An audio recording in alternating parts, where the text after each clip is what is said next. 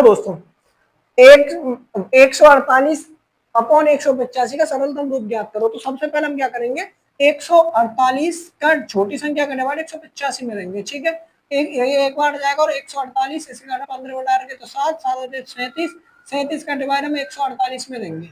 ठीक है, तो 37 का डिवाइड हम 148 में देंगे तो 3 चौका 12, लगभग 4 बार जाएगा। कितनी बार जाएगा, 4 बार। तो कहने का मतलब है ये दोनों संख्या किससे कटेंगी, 37 से। ठीक है, किससे कटेंगे, 37 से। तो 37 से ये कितनी बार कट जाएगा, ये 37 से कटेगा 4 बार। तो देखो ऊपर कितनी, ऊपर 4 कहाँ, ये ना, तो ये हमारा करेक्ट आंसर हो जाएगा। ठीक है, नीचे देखने की जरूरत नहीं, 37 का डिवाइड देंगे तो सब ये किससे कटेगा, 5 बार। ठीक है, दूसरी संख्या, एक शून्यतर परमेय संख्या तथा परमेय संख्या का भागफल होता है। मैंने तुम्हें बताया था कि परमेय और अपरमेय संख्या का मल्टीप्लाई करें, डिवाइड करें, कुछ भी करें, हमेशा अपरमेय आएगा। तो इसमें अपरमेय संख्या कौन सी है, ये वाली है। ठीक है, पाई एक संख्या, पाई कौन सी संख्या है, शायद मैंने पीछे भी एक एमसीक्यू कराया था। पाई एक कौन सी संख्या, पाई हमारी अपरमेय संख्या है, ध्यान रखना। अगर पाई आती है तो पाई हमेशा अपरमेय संख्या है। आप कहोगे कि सर पाई का मान 22/7 रहता है, तो ये अपरमेय का, ये तो परमेय है। भाई बच्चा, ये जो 22/7 रहता है ना, ये इसका लगभग मान है, फिक्स वैल्यू नहीं है। पाई एक अपरमेय संख्या है, तो पाई की value 3.14 dot dot dot dot जाती है। असली वैल्यू ये है, लेकिन इसको हम कैलकुलेशन अनुमानित मान मान के 22/7 मानते हैं। 22/7 समझ के इसको परमेय मत कर देना, ये एक अपरमेय संख्या है। ठीक है, ये रहना। अच्छा, एक परमेय संख्या और अपरमेय संख्या का योग होगा, मतलब परमेय ले और अपरमेय ले दोनों को जोड़ दें। वही बात है, जब परमेय और अपरमेय कोई कैलकुलेशन होगी तो हमारी कौन सी आएगी, हमेशा परमेय आएगी, परमेय छांटो। ठीक है, अच्छा, कौन सहवाद संख्याओं का युग्म है।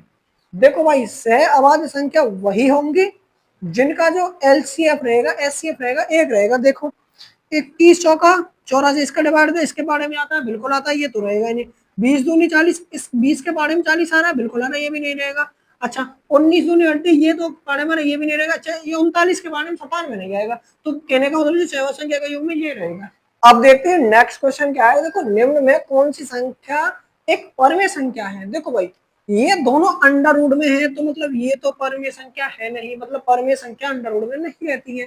इन दोनों को मल्टीप्लाई करेंगे, दोनों परमेय संख्या है, तो 7 दूनी 14 होंगे, ये भी नहीं है। ये अंडर रूट में आ रहा है, ये भी नहीं है। अब बची कौन सी संख्या, ये वाली, तो ये अंडर रखी है हमारी परमेय संख्या हो जाएगी। अब इसको सिद्ध करने की जरूरत नहीं है कि परमेय परमेय।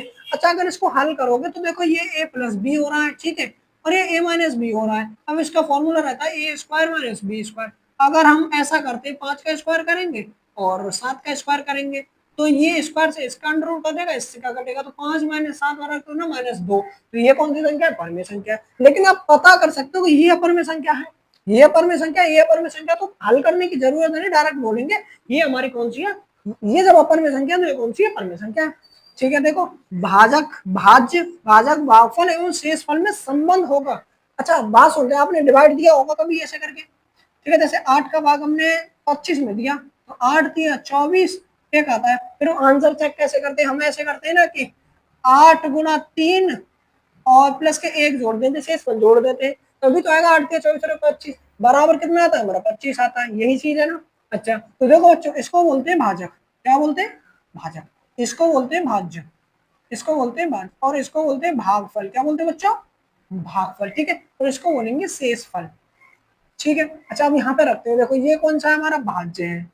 ठीक है, अच्छा, ये कौन सा है, हमारा भाज्य है, भाजक है, और ये क्या है, भागफल है। ठीक है, और प्लस 1 क्या है, ये शेषफल है। तो हमारी ये बताओ, ये वाली कंडीशन कहाँ पे बन रही है, भाज्य बराबर, देखो यहाँ भाज्य बराबर है, लेकिन ये शेषफल से गुणा है, तो ये नहीं है।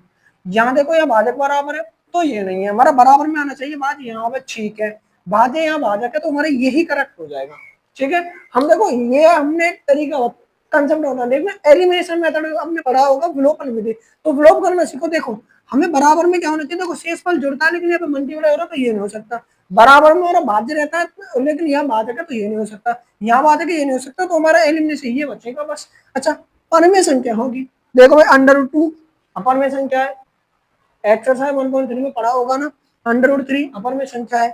9 कैसे भाना आएगा, 3 से।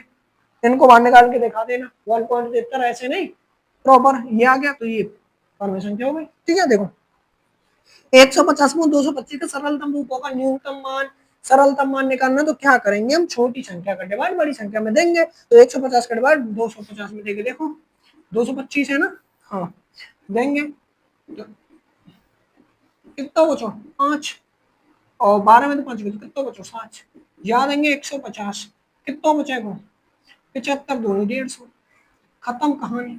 यानी 75 को डिवाइड दियो, यानी 75 से कटेंगे दोनों संख्या, यानी ये दोनों 75 से कट रही है, और 75 से जी 150 कितनी बार, 2 बार कट रही है, तो 2 बार संख्या कहाँ है, 2 बार कट रही है, यानी 150 ऊपर है, तो 2 हमारे ऊपर है, तो हमारी ये हो जाएगा आंसर।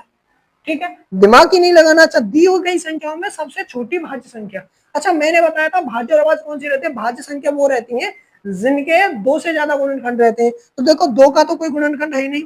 4 के खंड, देखो 4 के कितने खंड है, 1, 2 के बारे में आता है, 4 के आता है, 6 देखो 1 के बारे में आता, 2 के बारे में आता, 3 के आता और 6 के आता है, 8 देखो 1 के बारे में, 2 के में, 4 के में और 8 के में। ठीक है, ये तीनों भाज्य संख्याएं हैं, क्योंकि 2 से ज्यादा गुणनखंड है, देखो इसके 3 है, इसके 4 है, इसके 4 है, 2 से ज्यादा गुणनखंड है, तो ये भाज्य संख्या है। और अगर ये भाज्य संख्या है तो सबसे छोटी संख्या बतानी है, तो सबसे छोटी संख्या कौन सी है, 4 है, तुम 4 पर टिक कर देंगे। ठीक है।